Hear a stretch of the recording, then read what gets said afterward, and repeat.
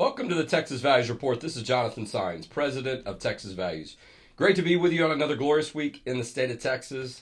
Winter is here in Texas. You know how it is, right? From one week to the other, things can change very rapidly. What do they say in Texas? If you don't like the weather, just wait a few minutes and it'll change. But this is not a show about the weather. We talk about the issues of faith, family, and freedom in the arenas of the courts, the legislature, and the media. Sometimes we talk about football because there's an F at the end of that. Faith, family, freedom, football.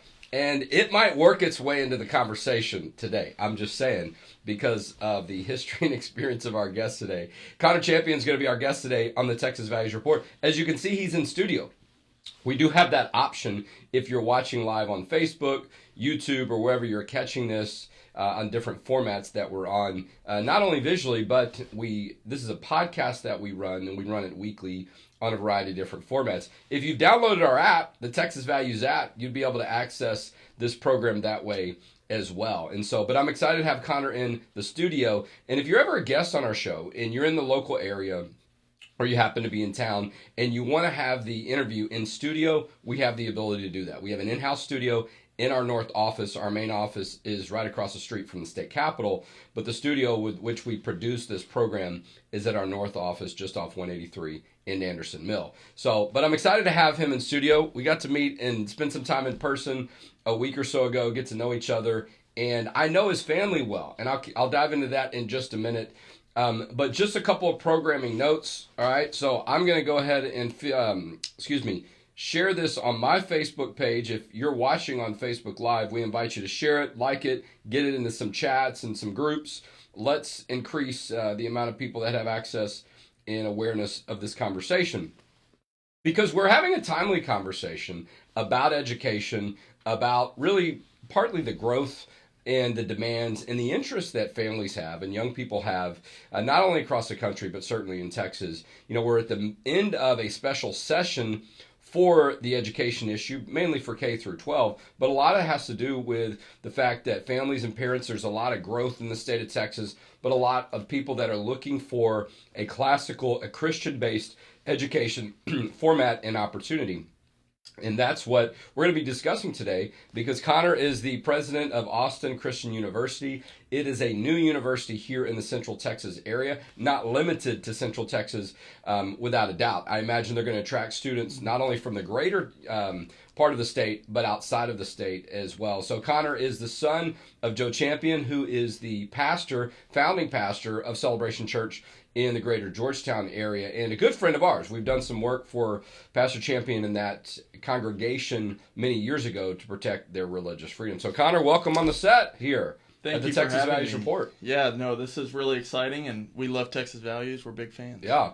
Well, listen, and I've enjoyed getting to know your dad over the years. It's great to see leaders like him who understand how important it is to be a leader in the area of religious freedom, also in Christian values, biblical worldview, and really continue to grow a presence biblically based from Celebration Church, but also engaging the culture, engaging the public, and understanding that there's work for us to do outside the four walls of the church. And so, and it's surprising to me, you and I had not met before, and not that that's a bad thing, but sometimes we stay in certain lanes. And so I was really excited to hear about the work you're doing, this new opportunity. And to know that it's, look, you're from Georgetown, you're from Texas. This is something that's sort of, grown right in your backyard, if you will. So tell us a little bit about Austin Christian University, and then we'll sort of circle back around and talk a little bit about your background. Yeah, so Austin Christian University is a conservative, Christ-centered business school where we're holistically developing business students. And so what's been really awesome is, our property, we sit on 110 acres. And so the rest of that property, sitting right off of 35 in Georgetown, is dedicated towards building a university. And with, a lot of the businesses that are in Austin, moving to Austin, we have a lot of executives that are a part of this venture that are really passionate about seeing students that are, holistically developed and Christ-centered and have great morals, and that's something that ceases to exist in a lot of worlds today. Well, and I think there are probably a lot of students and families, and I say families, look, I have a high school senior. The process of deciding where you're going to go to college, making that next step. I mean, look, there are probably some students that do a lot of that are on their own, or the families are maybe not that involved. But I think, in the current time period we're in, a lot of times these are family decisions, or this is a family process, if you will, of helping your child decide, mentoring them, guide them, going through all the paperwork. As a matter of fact, I was involved in some of this process yesterday. As I mentioned, I have a high school senior, and looking at all the applications and having that conversation to decide, is everything turned in, but also looking at what is the best fit. And sometimes thinking about it, okay, here's what I think is best as a parent, what's best for my child, but giving them an idea. Hey, I've been down this road, or I know what that these settings can be like, what to expect. And so trying to prepare your child and give your child some more options to consider, during this process and time period. And it can start much sooner than the senior year or the summer before your senior year in high school.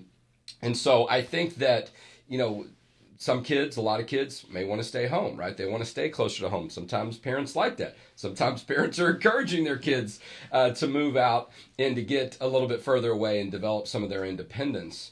But I do think that many people are looking for different options. They're looking for authentic options too, right? If you're a Christian and your beliefs matter a lot to you, not just in the four walls of the church, but you know that your child is going to be impacted by that environment. You want them to be in an environment that is going to not just challenge them academically, but also support their faith. Because during that time period, as the kids get out there, and it's their opportunity now to take more of that responsibility and see how it goes from there. And so you want them to have that support. While it might be good for them to learn a little bit about the differences in other cultures and so on, you want them to also feel like they're supported. And so, but while having a great academic background and challenging environment. And that sounds like what you've got at Austin Christian University. And you guys are just getting started. Yeah. You're in your first academic year. You mentioned to me it's a pilot year. Tell us what that means and what are some of the plans moving forward? Yeah, so for the first year, a big part of what we wanted to do is we wanted to keep it tight. And this will be the first year coming into 2024 that we do external marketing for the school. We had 140 applicants in the first year just for the pilot program. We took 33 students that have a 3.8 GPA. So we have world-class students. We have students that have transferred from UT. We have students that have picked us over academy schools. And really we are designing an elite education with some of the elite minds in the world. And we're able to expose our students in a small classroom setting to executives in Apple or Tesla or Samsung, who are Christ-centered believers and have done a great job in their careers. And so we're giving them access to a network. Yeah, no, that's exciting too. I know something that appeals to me as a professional, depending on who you ask. I think of myself as a professional. Later, is it this week, next week? I believe it's on November 6th. I'll have to look at my certificate on my wall. I'm coming up on 20 years as a licensed attorney. And so I've been in the profession of law for, 2 decades, but also involved in running a nonprofit business. We're always looking for young people that are taking a more serious and focused approach to their future, where they are now, and looking for those like-minded opportunities, but also being in a position where I might be able to share some of the experience I had, some of the insight, expertise, if you will, with young people to give them something to use moving forward, or also to give them an idea of what to expect when they leave the university setting. The Central Texas area used to be a little bit smaller city in people's minds. It's the capital city, but you had Dallas, Fort Worth, and you had San Antonio and Houston. I think, arguably the greater Austin area, which includes Georgetown, is likely larger in population, if not pretty close in San Antonio, just behind Dallas, Fort Worth, and certainly a good bit behind Houston. But when you look at this I-35 corridor, the space that we're in, the growth of the economy, the different businesses you mentioned, and also the downtown area, an airport, which I flew into last night from D.C., expanding, and the city becoming, they call it an international airport here in Austin, just having a lot more to offer and interest. And so I think that will work in your favor. But again, a lot more people that have the values that we have from this area or different parts of the world and the country that are looking for that focused and authentic education. Because you see some universities, and I'm not going to name names, maybe I will next time, of universities that talk about being Christian or have this history or reputation of being conservative or Christian, and then you get there and it seems like it's in name only. Right. You know, and it troubles me that as universities grow, it seems to be that they lose their identity, or maybe some of them think that they have to. Some of that is the pressures, the cancel culture, the current political climate we're in sometimes, where you have to fight just to keep in existence or push back from the federal government or whatever. And so I know you guys are prepared for that. Talk a little bit about how the independence of Austin Christian University, which could put you in a position to not have to be as concerned about some of those things. Yeah, one of the things that Austin Christian is committed to long term is we're not taking government funding, which, as you know, that is a huge part of what's driving what's happening in the university space. And Jonathan Saenz, who's a professor at NYU, actually a liberal atheist, talks about the challenges that he's seeing in the university space, where the liberal and progressive ideology has totally overrun the university space. There's not really a place for freedom of thought. There's not a place for conversation. And we're seeing that with our students. Like I said, we have a student from a university that's a top-tier university, not to be named, but she came over to our school because she was getting ridiculed and actually getting docked on her grades. Yeah. And I think what is special about what we're doing, another stat is 80% of students will leave their faith after graduating high school and going to a secular university. And you would think that a lot of these Christian universities would step up and be that, but we're seeing them go further and further away from that. And we talk about at Austin Christian, the C isn't silent. Whenever we talk about Christian, we're actually we're going to be loud and proud about it. And I think that translates. You see it at Chick-fil-A, you see it at so many different companies that have Christian values. And that doesn't mean Hobby Lobby. Yeah, Hobby Lobby. Who had to go to the U.S. Supreme Court to protect themselves. Right. And maybe you have to do that sometimes, or that's part of our process, if you will. But it shouldn't have to be that way, right? You shouldn't have to worry so much about that you can't focus on the education side. And obviously, schools will, if they have to, from time to time. But that should be way the exception. And I don't think that's what we've seen recently. And so, but having decisions like Hobby Lobby, even having decisions like Coach Joe Kennedy, his football prayer win at the U.S. Supreme Court, could give you more confidence that as you're more public and demonstrative and firm about your beliefs, that you've got that protection in, hopefully, and without the government funding and so on, you'll be in a position that if those challenges come, that you're more prepared to withstand them, or to say, look, you might want to pick on somebody else. Yeah. And I think it's important too. I went to a large university for undergrad and for law school. We mentioned this when you and I met for lunch. I had to sue my university to protect the pro-life group that I was a part of when I was on campus. I'm glad that we won, but that was a lot to go through. And it is, and look, that was 20 years ago. We're still seeing some elements of this. And, instead of the university being this marketplace of ideas and let's have, a robust debate, really the scale is weighed on one side. And you can't expect that most university students are going to have the strength and the ability to stand up to that. Most of them are either going to ride along with it, or they may leave, or they may say, maybe I shouldn't believe in this. They're going to kind of cave to some of that pressure. I would imagine, though, creating that environment then allows leaders that are already looking for that in your environment, Austin Christian University, to grow more as leaders and to know, the state, the culture, the Christian community needs them. Yeah. We need those new leaders. Talk to us a little bit about what a student can expect on that side of things, not only the business side and the professional side, and that's absolutely important. I know a big part of the focus of it, but saying, hey, we're also equipping you to not just get your degree and move on, but to be a leader in the Christian community. Yeah, I think a lot of people have a misconception of whenever you come out of a Christian school that is loud and proud about your faith, it's that a student's going to walk out and hit people over the head with a Bible.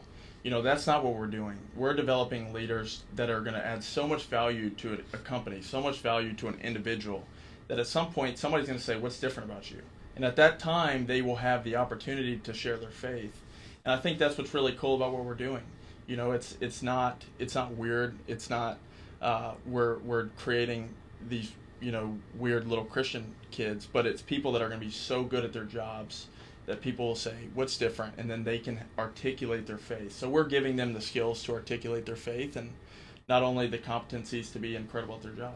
Well, and look, there is a lot that the Bible says about, being productive, being ethical, right? Doing the right thing. So many of the values that we have that our laws should depend on and had for many years related to the way that you treated people in business, right? We look at some of the booms and busts in our economy, in our society, and a lot of times those are moral failings. Those are ethical failings that, you hope that people in the business world will see that from a Christian student and from that background, and that would tell them, these people are more likely to follow the rules, treat people the right way, get up every day. I'm reminded, and you might know the scripture verse reference better than I do, right? He who does not work shall not eat, right? Yeah. There's it kind of boils it down to something very simplistic, right? In that importance of, an honest day's work and pay, in that you keep your commitments, right? You say that you're going to meet certain goals at your job. You say that you're going to show up every day. You say that you're doing certain things, and so I think that that's something that we used to have a lot of confidence in, and I think a lot of employers used to think about, and I don't think you see it as that much. They focus more on, well, what is this person doing on Sunday, and less on what they're doing Monday through Friday, and I don't think those things have to be different, but I think that when people are reminded of that and they see that come together with a high level of professionalism and ability to do work well, that's going to be attractive. And so, I know that's something we look for in our organization, right? We know that you're looking for that complete package, if you will. And look, I have 3 teenagers in my home. There's a lot of maturity for kids to still go through in a university setting. Talk to us about what you're seeing the first year. I know it's a pilot year, but I'm sure you guys are excited. And what does the expansion look like after that? Yeah, I think one thing that we've seen is we're committed to coaching our students. That's what we talk about whenever we say we're holistically developing these students is, one thing that we talk about a lot is no BCD, which means no blame, complain, defend. Those are values that our country honestly has lost. We aren't teaching just fundamental values of how to behave in life. Just common life skills that used to be there that aren't there today. So whenever a student comes to one of us and maybe has a complaint about a student, they come in, they say, hey, I'm not trying to BCD. I'm not trying to. So we're seeing the language of these students change, and we're seeing them grow into incredible leaders that have exposure to literally the highest leaders in the world. We have Dave Ramsey, who's a partner. We have John Maxwell, who will be teaching. We have 2 incredible Christ-centered billionaires that are coming in the spring. And so they're in a small classroom setting with these students, but whenever they're not, my background's college football. So see, here we go. I was waiting for that transition. I knew it. I was going to let you tee it up. Yeah. So for us, tell us. They're going to be coached. Whenever they're in class and they can't get on Netflix, we're gonna find out.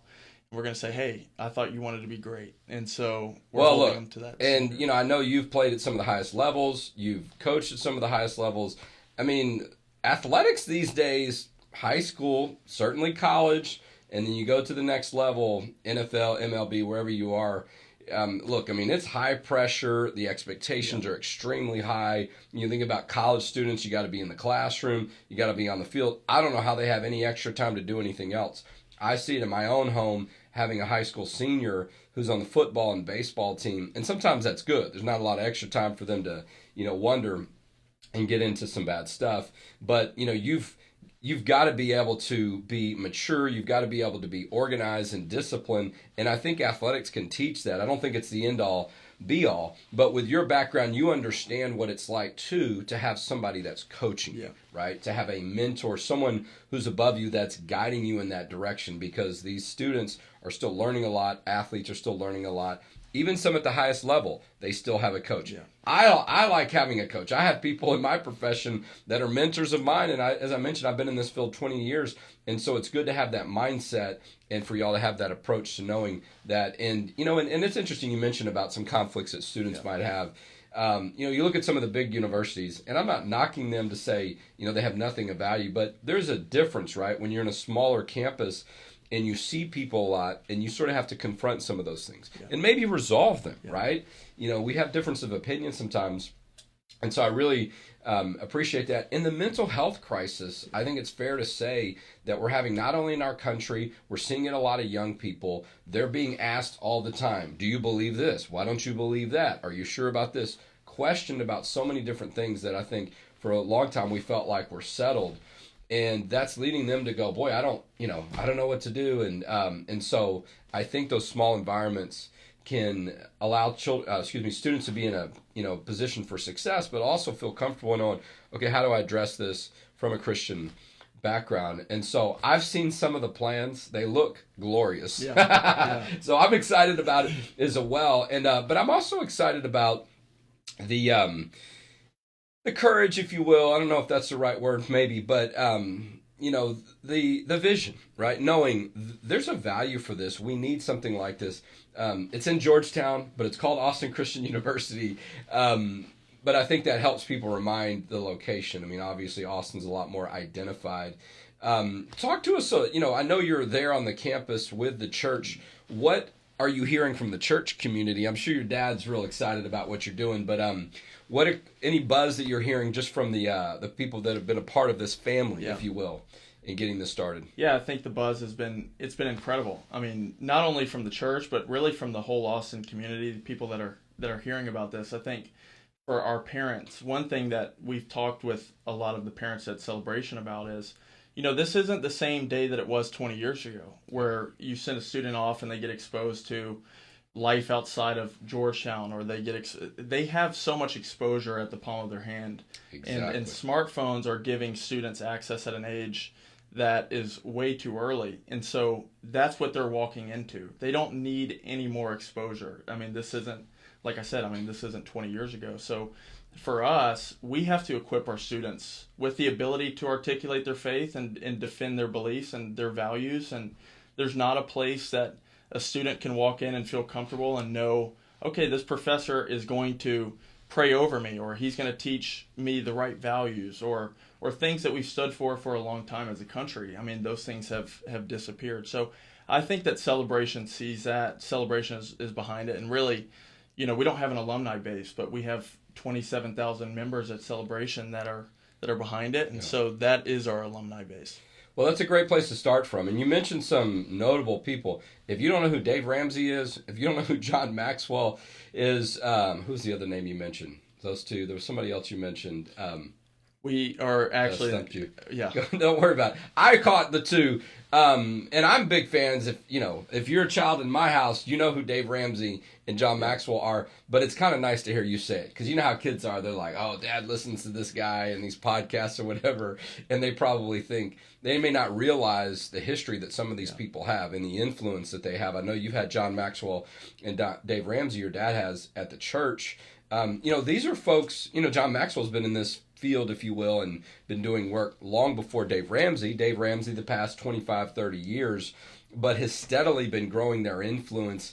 And, some of it's Christian-based, but it's not all about that. Not that there's anything wrong with that. There's a lot of practical things that they talk about that you don't have to be a Christian to support, but that is from where they come from.